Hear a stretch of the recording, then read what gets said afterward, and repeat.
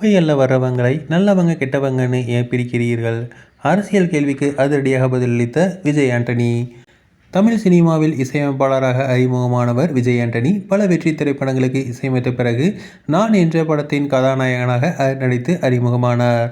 தொடர்ந்து பல படங்களில் ஹீரோவாக நடித்த விஜய் ஆண்டனி தயாரிப்பாளர், இயக்குனர், நடிகர், இசையமைப்பாளர் என பன்முகத்தன்மை கொண்ட ஒரு கலைஞனாக தமிழ் சினிமாவில் வலம் வருகிறார். சமீபத்தில் அவரது படம் சக்தி திருமகன் வெளியாகி தியேட்டர்களில் ஓடிக்கொண்டிருக்கிறது. இந்த படத்திற்கு பாசிட்டிவ் விமர்சனங்கள் கிடைத்து வருகின்றன. தொடர்ந்து சக்தி திருமகன் ப்ரமோஷன் நிகழ்ச்சியில் விஜய் ஆண்டனி பங்கேற்று வருகிறார்.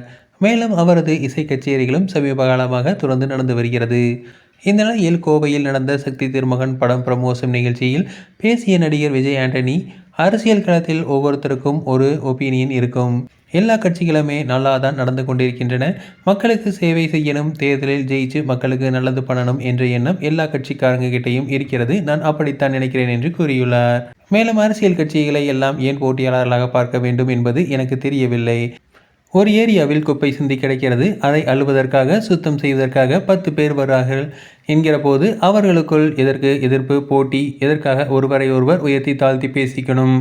அவர்தான் அள்ளணும், இவர்தான் அள்ளணும் என்று ஏன் பிரித்து பேசணும்? அரசியலுக்கு வருகிற, அரசியல் இருக்கிற எல்லோருமே மக்களுக்கு நல்லது பண்ணணும் என்கின்ற ஆர்வத்தில் வருவதால் எல்லா கட்சிகளையும் நான் உயர்வாக தான் பார்க்கிறேன். யாராக இருந்தாலும் மக்களுக்கு சேவை செய்ய தான் வர்றார்கள் என்று கூறியுள்ளார். மக்களுக்கு சேவை செய்ய வருபவர்களை இவர்கள் நல்லவர், இவர் கெட்டவர் என்று பிரித்து பார்க்க வேண்டிய அவசியமில்லை. அதனால் மக்கள் சேவைக்காக வருகிற எல்லோரையும் நான் வாழ்த்துகிறேன்.